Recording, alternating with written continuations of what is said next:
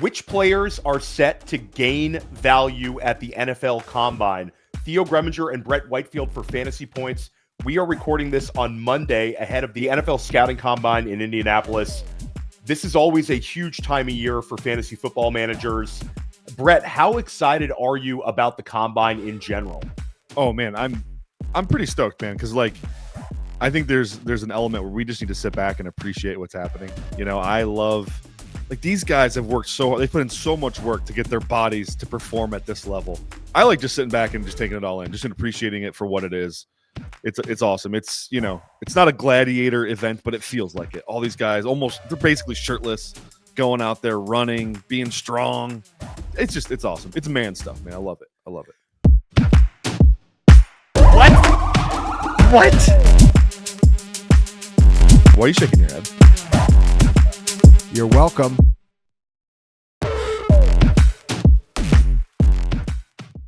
For us in fantasy football, it's unbelievable because the schedule is on Saturday at 1 o'clock Eastern time.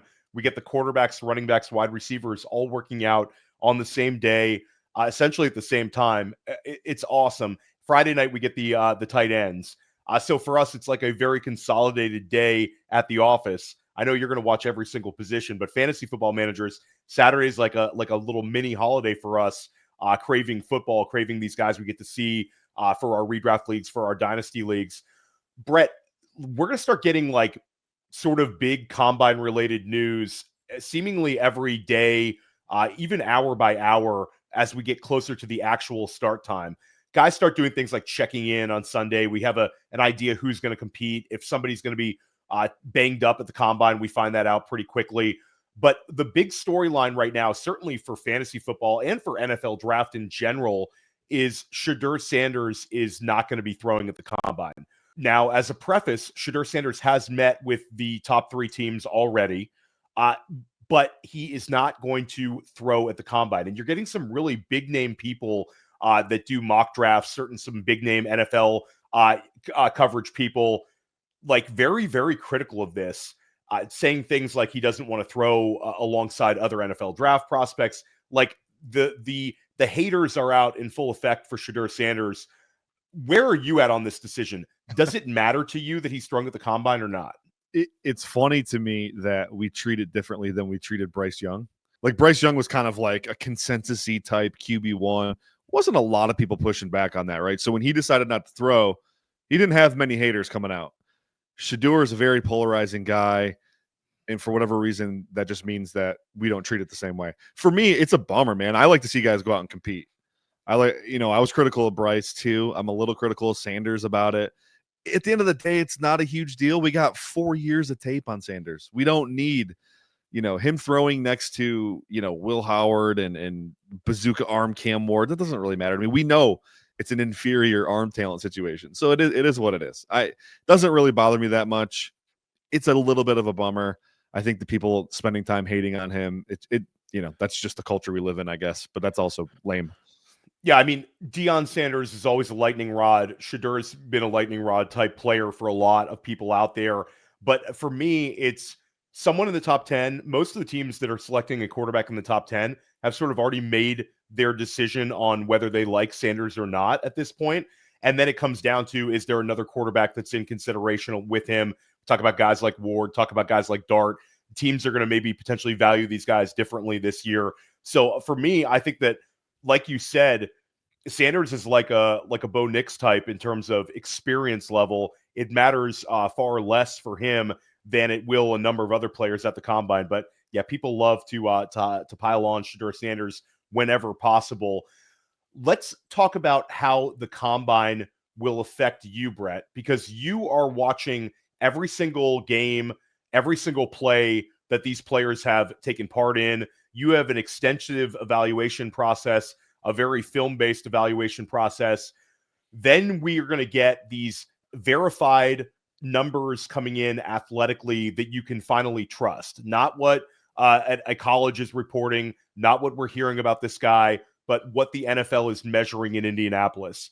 How will the athletic numbers coming back change your process or evaluations on certain players? Yeah, I'm going to give you a 3,000-foot view of how it kind of weaves into my evaluation process, but I will encourage you, go check out the February 25th edition of First Read with myself and Joe Marino. We hit it at a pretty high level. I think we spent 10 to 15 minutes really getting into that topic specifically, how we weigh that in the evaluation process. So go check that out if you want more details. But 3,000-foot view right now, I have a numeric scoring system. It's a weighted score. It comes out, each player gets a grade 0 to 100. Within that number, there's different benchmarks for round values. That score is comprised of 4 major buckets that are all weighted differently. Those buckets are, I have a skills and traits bucket, a production bucket, which is basically the analytics, and then an athletic bucket is the third bucket. So I'm looking for, like, as I watch these guys, Theo, I have archetypes for each position. I call them positional archetypes, or roles, you could say. Within those archetypes, I have benchmarks I want to see athletically. And so I use the combine just to check boxes mostly, or tell me who the outliers are. So it's like Tuten, the running back for Virginia Tech. We know that guy's going to run really fast. It's already in my valuation. Just looking for him to check that box. Confirm what I see on tape. That's your archetype for me. You are a speed back, change of pace back that relies on a burst and acceleration and long speed. Great. Check the box. If he doesn't check the box, like say he shows up and runs 4 or 5, Theo, now I got to break out the valuation. Go, okay, what are we missing here? Maybe I messed something up in the valuation. I have to look at it a second time. But for the most part, I'm just looking to find out all the guys checking boxes. And then if there's outliers on, either side of that, overperformers or underperformers, then I got to reevaluate their case specifically. But that's what I use it for. Yeah, and for me, I love how you use the term double counting. Like, we went over this last year in sort of when we discussed guys like Xavier Worthy, where you knew that they were going to be fast. So fantasy managers, if a guy's supposed to be fast and he runs fast, that shouldn't change anything we think about the player. It's certainly going to move the needle for some players, but we don't want it to be like we overreact to the combine. I think for me, for fantasy managers, the great thing about the combine is it'll say a lot more about sort of the draft capital that teams might be more willing to spend on some of these guys. So for me, like if it's an early best ball or it's valuing sort of these rookies in dynasty startups, you can feel a little bit more comfortable about the premium assets when they back it up with athletic measurables that are strong. So I love that one, Brett. And I think it's a really good one because, again, you're hitting the tape so hard and just kind of talking about how it's part of it, but it doesn't sort of like reshuffle any too much. Love that one. Let's start talking about some of the players that we think are going to have big combines. And the first player I want to talk about is one that we've discussed on several pods.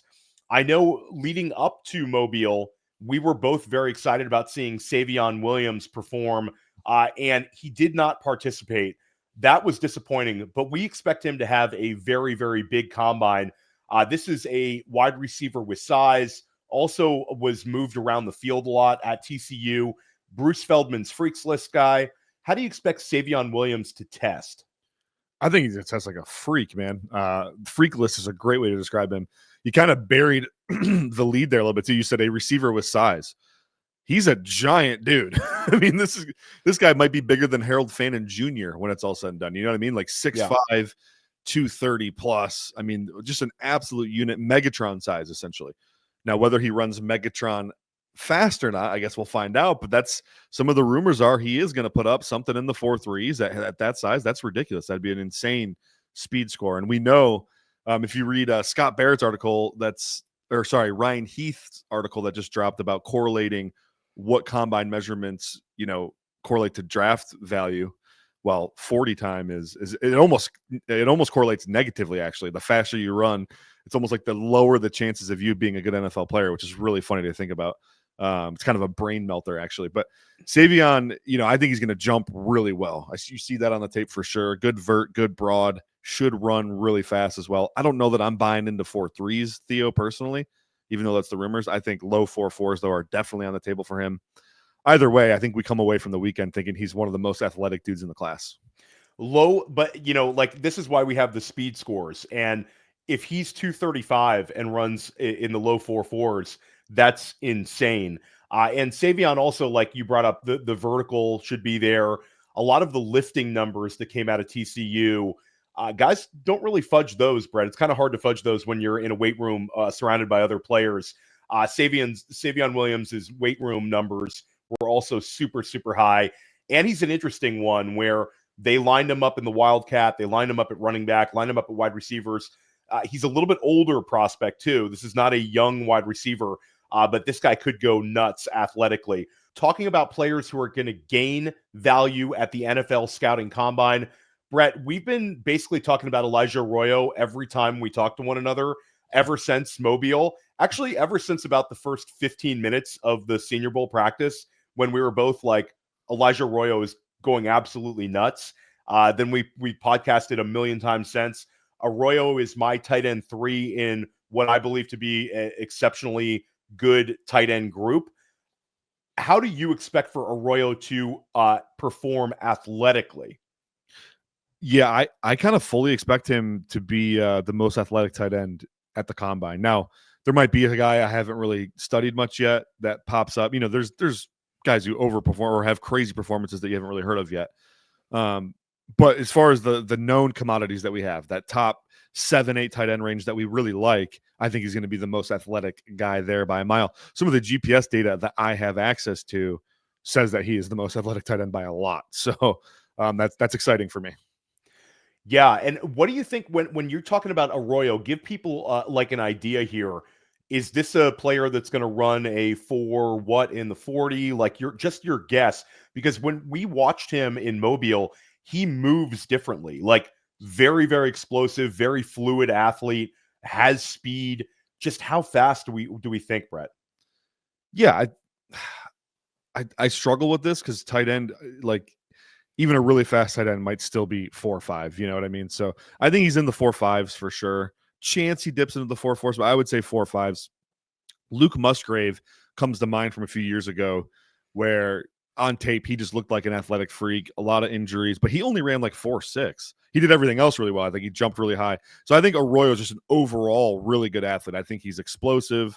You see that acceleration being ridiculous. So I think maybe even if he doesn't, drop your jaw from a 40 standpoint, I think he does all of the testing really, really well. And so, but yeah, I would say in the 4.5s, 4.55 would make me really happy with him and some good jumps. This has been something you've discussed before, but I think it's important to remind people, tight ends, athleticism at the tight end position is the most important, especially when comparing it to running back and a wide receiver. Your thoughts on athleticism being such a huge factor in both draft capital for tight ends and future NFL performance. It's funny when you look at the history of tight end and some of the guys that have been the best players ever at their position, they kind of came out of nowhere. If you think about it, Travis Kelce comes to mind right away. Not a very high draft pick, not a, wasn't this lock stud or anything like that. Antonio Gates is another one who came out of nowhere. Jimmy Graham pretty much came out of nowhere. These guys are all fantastic athletes. And so the evidence, like we've had multiple data scientists look into this, whether you're using relative athletic score from MathBomb or Scott Barrett's Spork score, there isn't a single athletic measurement out there that suggests athleticism matters more to a different position.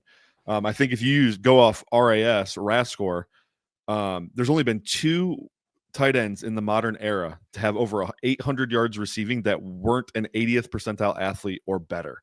I mean, that's mind-blowing. Like that, it just shows you the impact. Athleticism is paramount. It is by far the most important thing. No matter what I say about a player's film, if he's not a great athlete, chances are he's not going to have a successful career from a production standpoint, which again means not a successful career from a fantasy standpoint.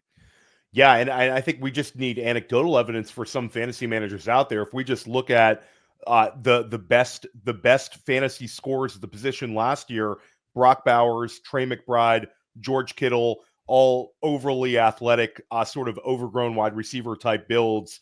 All of those guys can run. Talk about guys like David Njoku, Evan Ingram the year before, plus level athletes. And then historically, you look at a guy like a Rob Gronkowski, Jimmy Graham, basketball convert, just tons of them over the years that we can point at and say that's a plus athlete at the position, and they perform well for fantasy football. So we are absolutely looking for the athletic testing numbers at the tight end spot. Let's pivot over to running back. And this has been a player where We discussed him we have a pod coming out with the two of us and Cody Carpentier of Roster Watch, where we do an NFL mock draft. And we sort of talked about how Bhayshul Tuten of Virginia Tech has been a guy that's been a very popular name for a lot of analysts to kind of talk up over the last few days, because there's some rumors out there that he's going to do very, very well at the combine. How about your film breakdown for Tuten, what you've seen from him? Also, how do you expect for him to test? Yeah, so a guy like Tuten, I think is going to be very popular, more popular than I think the draft community realizes. Jahmyr Gibbs is doing these guys a lot of favors because NFL teams are chasing explosive plays now. If you look at the analytics on generating explosives, I think any drive that has an explosive play in it, it increases your likelihood of scoring on that drive by 4x. So when you're talking about a guy like Tuten, who can absolutely scoop, maybe the best acceleration and burst in the class, he's got ridiculous top end speed. I couldn't find a single play where he gets caught from behind in his entire college career, which is basically 2 years. He's an absolute stud. And like in a class that's absolutely stacked, at a certain point, teams will have to have the conversation of we could burn a top 32 pick on Travion Henderson, or maybe we back off late second, early third on a guy like Tuten and get a very similar skill set and a very accomplished player, Tuten, who, you know, he's got all the make and miss moves you could want. It's a great combo of vision and explosiveness, man. And so he kind of gets lost in the shuffle with this class, Theo, but he's a dude. Like, he's a legit dude. His 23 and 24 tape was both like really, really good. He's another guy that made the freaks list. Interesting, Brett. He transferred up from North Carolina A&T to Virginia Tech as well. So this has been a guy who sort of earned it, moved up levels, and had big time production. And I think it just speaks sort of volumes to the quality and depth of the running back class, where he's been sort of pushed down a little bit, but it's not a profile that you dislike. It's just there's all these other guys in this class. The athleticism for Tuten is going to matter. And just remember, you heard it from Brett Whitefield and Theo Gremminger before the guy goes out and blows up at the combine. Another player where we talk about double counting, but Isaiah Bond. It could be history repeat itself this year, Brett, where a Texas Longhorns wide receiver runs the fastest 40 time at the combine, and certainly for the wide receiver position.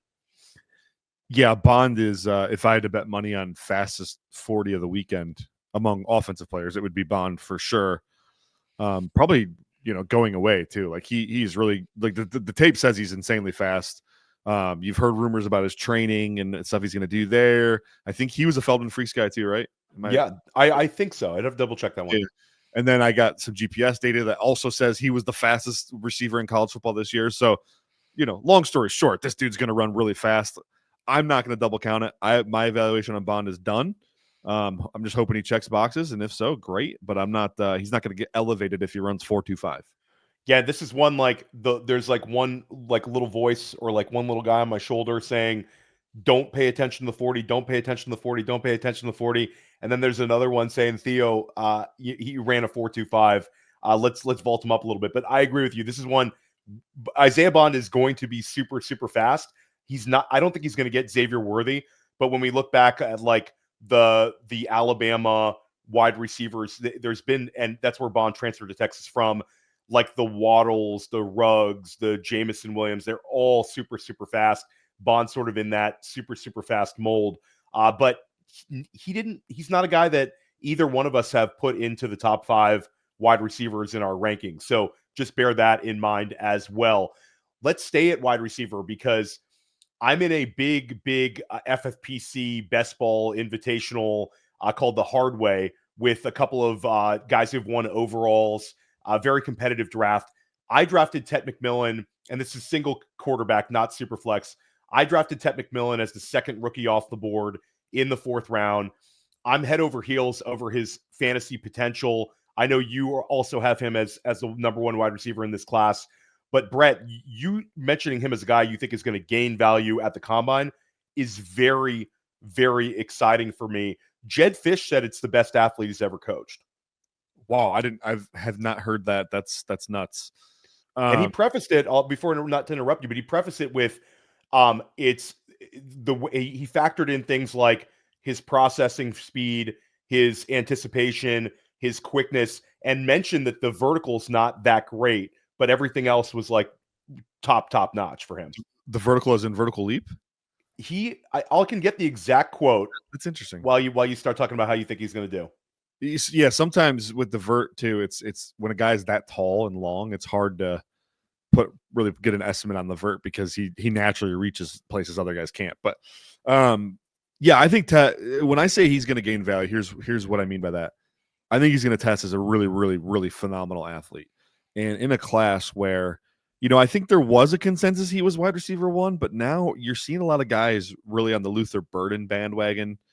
And gosh, I think both Lance Zierlein and Brugler have Burden wide receiver 1. That's kind of speaks volumes. I'm not even close to that, but it's not something to be ignored. So when I say Tet gains value, I think he goes and tests really well and solidifies himself as the wide receiver 1. So there's not a lot of value for him to gain in my eyes because I already think he's wide receiver 1, but I think the NFL for sure comes around to that fact.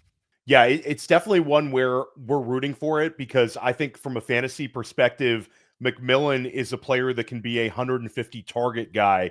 You've mentioned Drake London several times in trying to like throw out an NFL comp in terms of some of the things that McMillan does. Here's the exact quote. So Jed Fish said that's the best athlete he has ever seen. And he says that T-Mac is probably the biggest freak that I've ever been around. He doesn't have that great a vertical, but it's his coordination that is freakish. He has great hand-eye coordination. He's the best athlete I've ever seen. He doubled down on that one. So pretty strong praise from Jed Fish for sure on that one. And Fish is Washington coach, but he coached McMillan for 2 seasons at Arizona. That sort of wraps up our offensive players, our fantasy relevant players. Brett Whitefield and I are going to be covering the NFL draft right up until the first round. We're going to be getting you ready to crush your fantasy leagues this season with deep, in-depth knowledge of all of the players in this exciting class. We're going to be back next week. We are going to re-rank the class post-combine. That's going to be a really fun one, Brett. We might have to actually expand it a little bit. Might have to go past the top 10 on a couple of these positions. But make sure you're subscribed to all of our podcasts here at Fantasy Points. Make sure you're subscribed to our YouTube channel as well. And let's go have a fun NFL Combine this weekend.